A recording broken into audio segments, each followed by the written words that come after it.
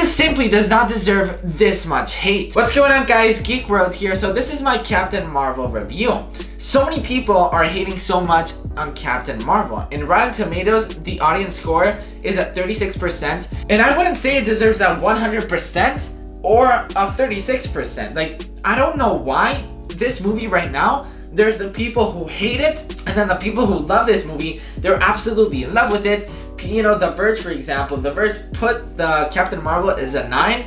I wouldn't say it's a 9 or a 0. I mean, there's people reviewing this as 1s, as 0s, as 2s, so I don't understand, honestly, what's going on with this movie, why there's so much discussion, like, why can't there be a balance? And I'm right in the middle.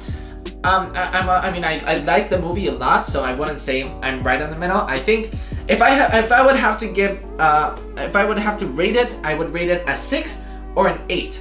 Let's just go ahead and call it a 7. I really like the movie, but there was also, of course, some things, as always, that I didn't really like about the movie, or some things that I could really see improvement. So let's go ahead and start with the things that I really liked. There's some people saying that Wonder Woman was better than Captain Marvel, and I totally disagree. Captain Marvel was way much more entertaining. In my opinion, the character of Captain Marvel is so much better than Wonder Woman. She has way much more personality. We're gonna get into her personality in just a second. It was overall a way much better movie. I'm not saying that Wonder Woman was a bad movie, I'm just saying I think Captain Marvel was a way much better movie than Wonder Woman. Now, a lot of people are hating on Captain Marvel because of Brie Larson, the way she acted.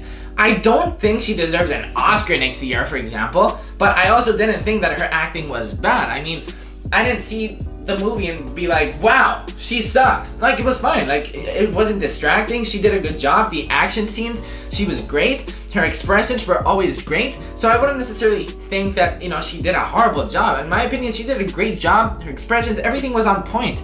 And especially her action scenes, that was really, really good. So if you're saying that Brie Larson, her acting sucks, she's a great actor. Apart from Captain Marvel, her other movies, she's always done amazing, and in this one, she did amazing as well. So if you say that her acting is bad, get the heck out of here. So let's talk about Captain Marvel, like the actual character. I think she's funny, adventurous, epic, and simply different. I mean, I think she has a lot of personality, and in my opinion, she fits perfectly in the MCU. I can't wait till this girl right here fights Thanos. That's going to be freaking epic. Now, the thing that I really liked about the movie is that it was easy to follow, right? In Marvel, sometimes we're getting these crazy plots, and sometimes it's really easy to get lost. For me, no, because I'm a big fan of Marvel, but for a person that isn't really into Marvel, or that is into Marvel, but they aren't as passionate as me, and probably you. Talking about the bad guys, I liked how the bad guys in the beginning were really bad, and then slowly they turned into good, and then the good turned into bad. Like, I like that plot twist, and a lot of people are talking about that. I really like the way that behavior within all the characters turned out. I thought that was really entertaining to see, and it felt natural. Everything, like the character placement, everything felt really natural. Now, one thing that not a lot of people noticed in the movie is the actual character of Captain Marvel. I don't know if you noticed, but in the beginning of the movie, her character is like really robotic, like, and she's not really open.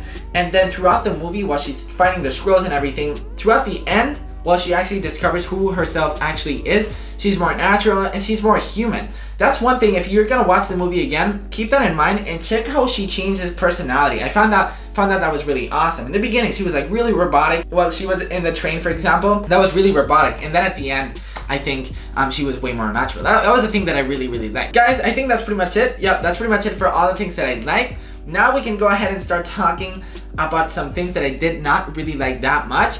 And see, this is a thing that I don't really dislike or like. I guess I just enjoyed the movie. I guess that's how I'm gonna word it. But if I had to spoil the movie for you, I was talking this with my friend yesterday.